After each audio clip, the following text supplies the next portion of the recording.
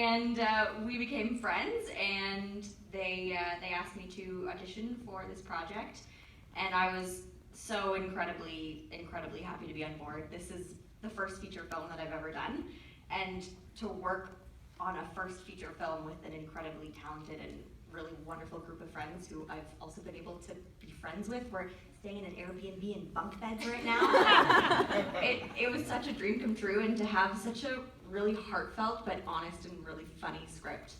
I mean, it's just a dream. Yeah. It looked like you had a lot of fun on set. Terrible times. Do you two want to talk about the vibe on set and how it was to work together?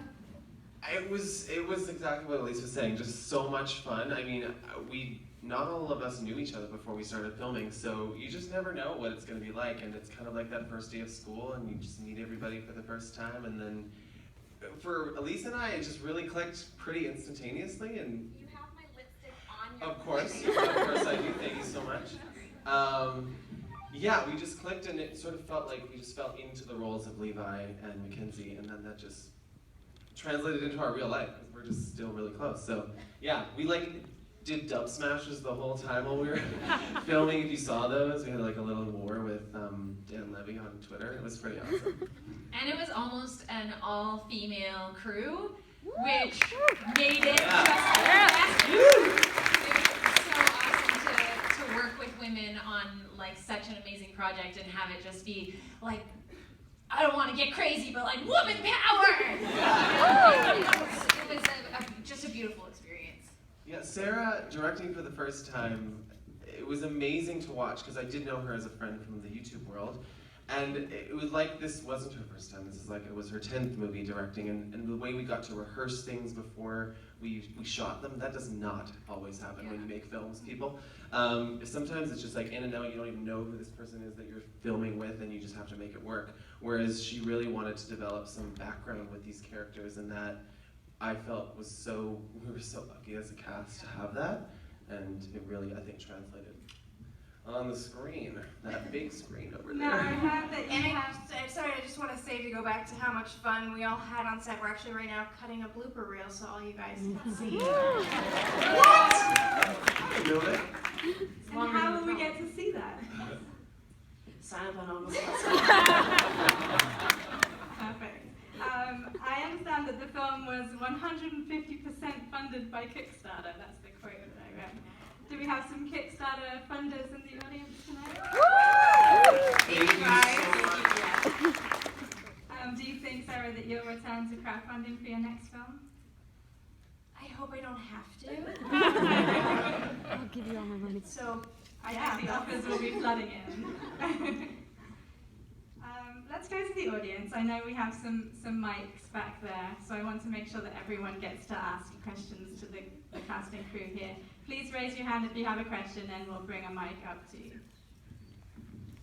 don't be shy. It's not like the YouTube comments where everyone's like, I don't want to put anything.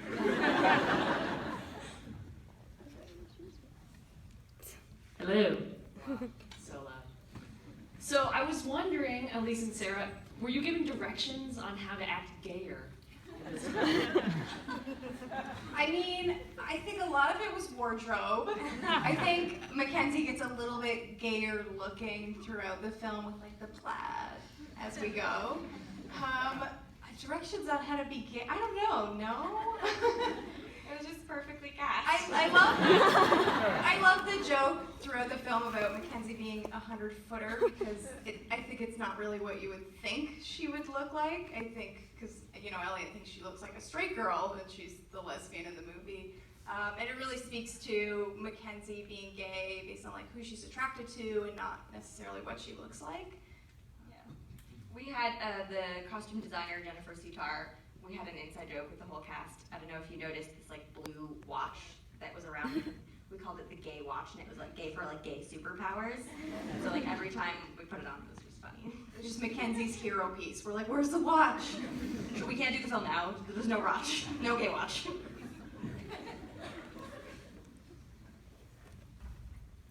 Hi, I was just wondering about if there was going to be a soundtrack at all with the movie, or where we could get the music from the movie.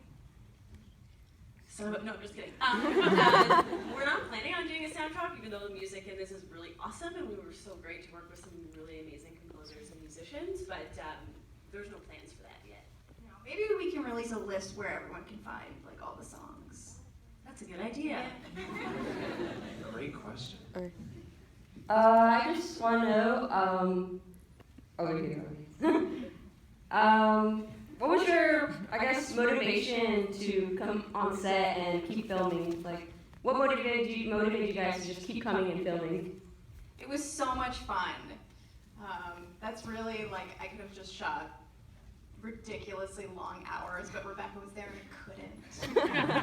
And like, as the writer, I didn't have to be on set ever, but because everyone was having so much fun, I'm like, I'm missing out and I need to be there at all times.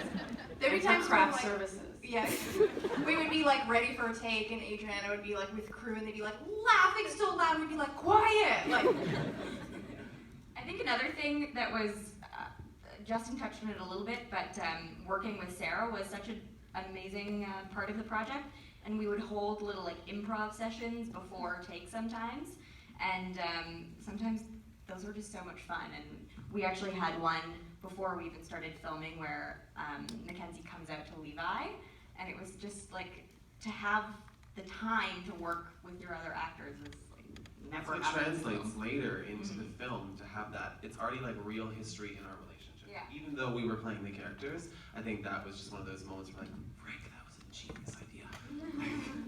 Yeah, it's fun. Hey everyone, over here. Hi. Hey, I was wondering if there was any song that like you guys wanted to be in the party scene. If you could like each choose like your favorite dance track to play. Beyonce. Maybe Dancing on My Own by Robin. Yes. Right? I'm really into Work by Fifth Harmony.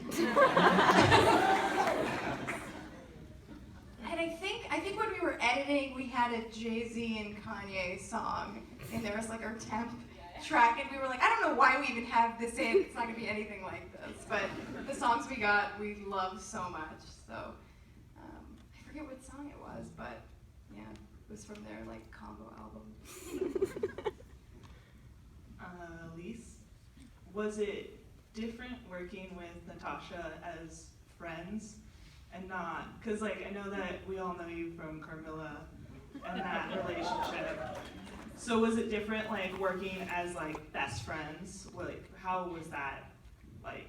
Yeah, I mean, we were so lucky in that we already had a pre-existing relationship and such a close working relationship before we went into filming a feature together. That doesn't get to happen. A lot of times you show up on set and you're meeting the actor for the first time. And we already had such a close rapport of how we worked together that it was really easy to flow into that. I mean, you know, we're actors, we didn't do anything. So it was great to kind of explore that other side of our friendship together rather than like the chemistry that we have in Carmilla. Yeah, it was really fun. The first one we were actually doing auditions, the first scene that they ever did together was the scene where Mackenzie's watching porn and Cassie walks in after the dinner with their parents, and I was like, So much research for that? but it was like, it was their chemistry read, and you're like, well, they're on Carmilla, they obviously have great chemistry, but as like best friends, you're like, I totally buy this. Like they did such a great job, and it was kind of obvious after seeing them do that together. Have you seen any different reception from US and Canada from the audience members? What did you guys think?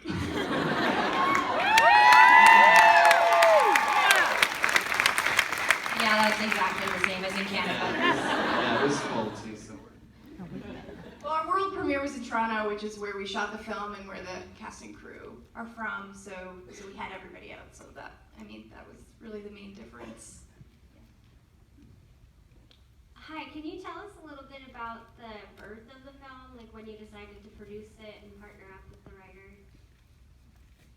Yeah, well, Adrian and I create content for a YouTube channel together, and then maybe you could talk about when you started the script. I think I wrote the script about 2 years ago, and it's because like Sarah and I have always wanted to make a feature film, and so I was like, why don't I just write one and then we just do it? And so process. We were like, well, we need a producer though. And so, we can talk about it. Yeah, Rebecca and I went to film school together, and we worked on a web series, and she was the first person I called. We did our second year film together too. Yeah. Yeah. And then, we went for coffee or dinner or something. They're like, so I have this script and we want to do it. Do you want to be the producer? I'm like, yeah, sure. If it ever, in the back of my head, I was like, it'll never get made. I'll say yeah. And, I'm like, yeah. And then all of a sudden things started happening and I was like, oh my God, this is happening for real. And I'm so excited. So excited. I think we decided to do the Kickstarter in October, and we were working on it until it launched in March. And we were like, until it launched, we were like, this isn't actually going to happen. Like, we're going to have like a $5 budget and it's going to be great. And we're all going to put in a little bit of money. And then you guys started contributing, and we made our budget 3 times over, and all of a sudden we were like really doing it. And we didn't. Go for it. I was going to say, we just, it was sort of instinctual at that point. We were like, okay, we're doing this, and we're going to go forward, and we're going to do our best, and we're going to get the best people possible, and all of our crew, and that's how it happened, I guess. A little story. I remember I was doing something for our YouTube channels with the girls, and they talked about this story that they wanted to make, and I think at that time it might have been a pilot for a TV show, but there was the character of Levi that was a part of the story already, and then they were like, yeah, maybe you can audition for him sometime, like, you could maybe play him. I was like, oh my God, this is amazing, because I was just getting into the YouTube stuff, and then to just like 2 years later see this project absolutely come to life, and now be screening here in LA, like, looking back on that experience, it's amazing that we're here now, so thank you so much.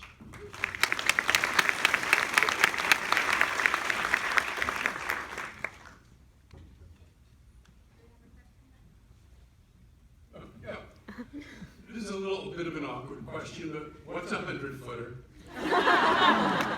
It's a person that you can tell is gay from 100 feet away. Me.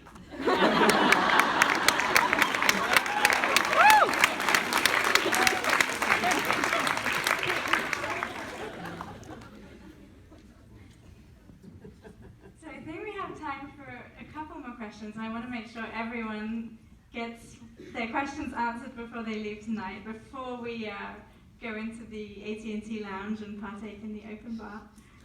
Yes, we have a question right here. Hi, actors. Do you have any personal connections that you've strongly made with these characters, or what was your experience finding these characters and developing them? Sure. I think Levi, to me, the biggest thing for me when I was preparing for the role was that I didn't want to make him the ultimate gay best friend that we've seen depicted in movies before, and that was very stereotypical. I know that lots of him is stereotypical, and I liked playing into that.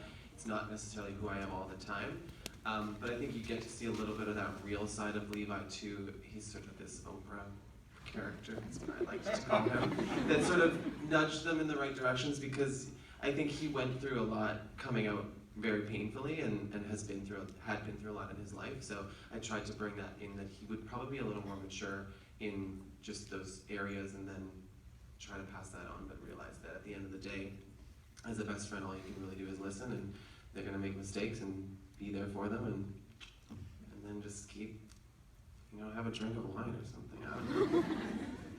I think for me, I think we can all connect to having things that we keep from other people, sexuality or otherwise. There's always those things that you're afraid to reveal about yourself.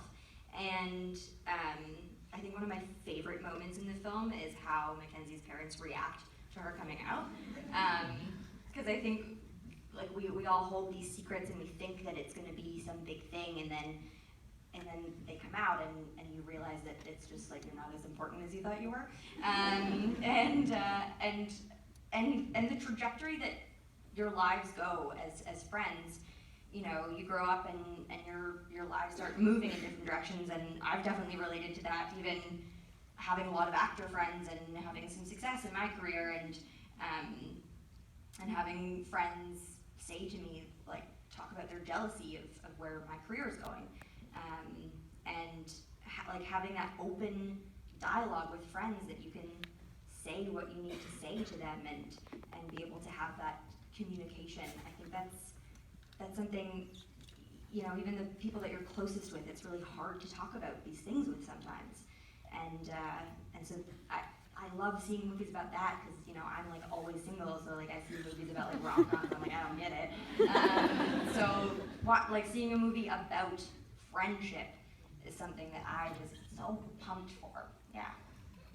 And then for me, I was obviously the, you know, first experience.